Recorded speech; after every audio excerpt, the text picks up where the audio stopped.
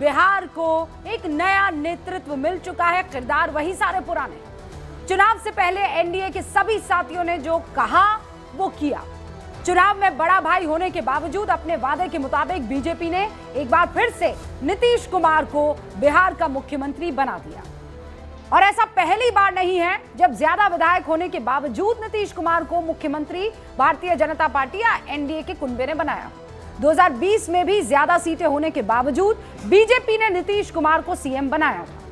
नीतीश कुमार ने रिकॉर्ड 10वीं मर्तबा मुख्यमंत्री पद की शपथ ली, नया कीर्तिमान स्थापित किया। बिहार सरकार के शपथ ग्रहण में एनडीए की एकजुटता दिखी, बिल्कुल वैसी ही एकजुटता जैसे उसने चुनाव में दिखाई थी या जिसके दम पर उसने चुनाव लड़ा था। वैसी ही एकजुटता एनडीए के शक्ति प्रदर्शन का मरकज बनी। पटना के गांधी मैदान में वही एकजुटता देखने को मिली।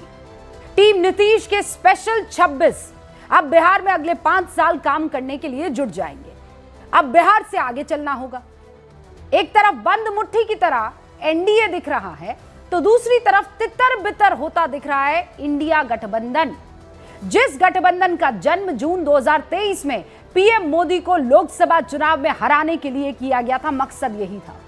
वो गठबंधन आपस में अब उलझता हुआ दिख रहा है और इसकी पहली झलक कई सीटों पर लोकसभा चुनाव में ही देखने को मिल गई थी, जब पश्चिम बंगाल में ममता बनर्जी ने अपने प्रत्याशी अलग उतारे थे इंडिया गठबंधन के कहने के बावजूद। राहुल गांधी के सामने वायनाड से लेफ्ट के एनी राजा उतरे थे मैदान में।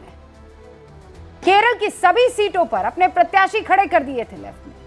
तब इसे नाम दिया गया, ये तो फ्रेंडली फाइट है भैया। लोकसभा चुनाव के बाद से ही इंडिया गठबंधन के भविष्य पर संकट के बादल मंडरा रहे थे और जब जब मीडिया ने यह सवाल किया गया तो मीडिया को कटघरे में खड़ा किया गया, ये कहते हुए कि आप तो देखना ही ये चाहते हैं जो बीजेपी दिखाती है। लेकिन अब जो दिख रहा है वो क्या है? आखिरी चोट का काम बिहार विधानसभा चुनाव में हुआ, जिसके बाद मानो पूरे इंडिया गठबंधन में भगदड़ मच गई। पश्चिम बंगाल में ममता बनर्जी की टीएमसी खफा है, राहुल के नेतृत्व पर कतई तैयार नहीं है।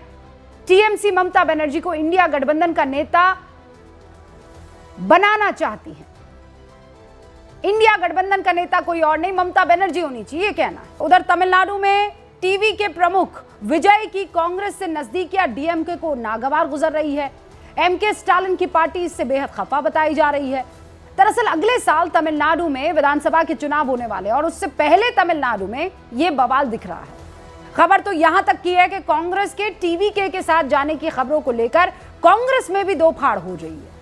महाराष्ट्र में समाजवादी पार्टी के नेता अबू आजमी ऐलान कर चुके हैं कि समाजवादी पार्टी मुंबई महानगर पालिका यानी बीएमसी का चुनाव अकेले लड़ेगी। उन्होंने कहा कि पार्टी मुंबई में लगभग 150 सीटों पर अपने उम्मीदवार उतारेगी और चुनाव को पूरी ताकत से लड़ा जाएगा।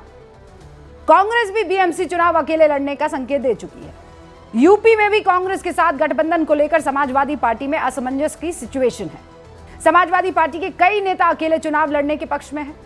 हरियाणा आ जाइए, पंजाब आ जाइए, दिल्ली में तो विधानसभा चुनाव के बीच गठबंधन हुआ ही नहीं, आप जानते हैं। धारा 370 हटने के बाद पहली बार विधानसभा चुनाव जम्मू कश्मीर में हुए। फारूक अब्दुल्ला की एनसीपी कांग्रेस साथ में चुनाव लड़े, लेकिन जब सरकार का गठन हुआ तो उमर अब्दुल्ला ने अपनी कैबिनेट में कांग्रेस को एक भी जगह नहीं दी। झारखंड आ जाइए, 2024 में झारखंड में विधानसभा चुनाव हुआ।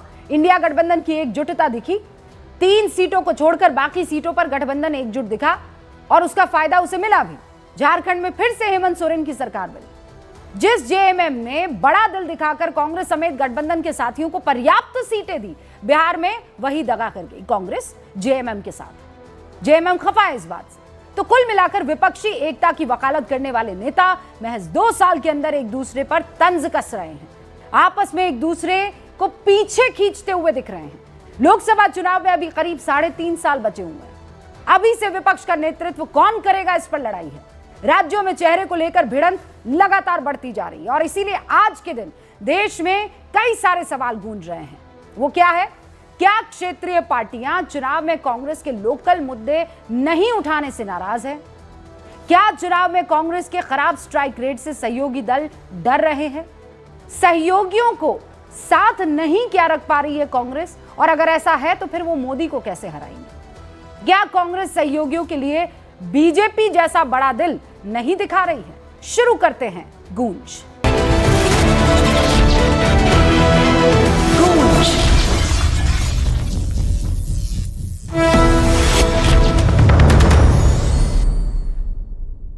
सारे खास मेहमान हमारे साथ इस मसले पर बहस करने के लिए जुड़ चुके हैं। भारतीय जनता पार्टी के राष्ट्रीय प्रवक्ता गुरु प्रकाश पासवान, जेडीयू की राष्ट्रीय प्रवक्ता डॉक्टर अनुप्रिया, समाजवादी पार्टी के राष्ट्रीय प्रवक्ता अनुराग भदौरिया, शिवसेना उद्धव गुट के राष्ट्रीय प्रवक्ता किशोर तिवारी, राजनीतिक विश्लेषक कांग्रेस का पक्ष रखने वाले निखिल जैन और वरिष्ठ पत्रकार अनंत विजय जी। आप सभी का बहुत बहुत स्वागत है। मैं सबसे पहले किशोर जी आपसे शुरुआत कर रही हूं। इंडिया गठबंधन की इस वक्त हैसियत क्या है, किस मुकाम पर है? चलो, मैं नीतीश कुमार जी का अभिनंदन करता हूं। हम तो इंटैक्ट है, हम इंटैक्ट है। अनुराग को पूछो, हाँ, या हमारे सब अलाइज को पूछो, हम तो इंटैक्ट है। और जो कुछ डिफरेंसेस है वो हम में है। आपको इतना खुश होने की जरूरत नहीं है। मोदी को 29 में सत्ता से हटाने के लिए हम कटिबद्ध है। और एक बात बताओ, आप कितने भी मंसूबे बांधो, लेकिन मशीन अगर साथ दे जाए तो ये क्या चुन के आएंगे। और अभी भी बता रहा हूं, लोग बिहार के कह रहे कि ये कैसा हो गया, कैसा हो गया ये, कैसा लेकिन हो गया चलो मतलब? अरे भैया,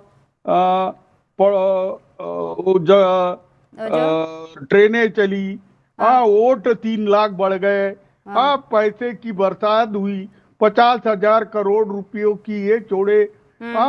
गुरु प्रसाद तुम्हारा फिर भी जमने वाला नहीं है। मैं अभी बता रहा हूँ, ये बीजेपी वाले जमने नहीं देंगे। अभी मैं बता रहा हूँ, अगर संवैधानिक संस्थाएं अपने पास बीजेपी ना रखे और हमारे ध्यानेश जी का साथ न ले, तो मुझे लगता नहीं कि ये एक भी सीट पे जीत के आएंगे। किशोर जी, आपका नाम क्या है? किशोर जी है ना कि मुंगेरी लाल है?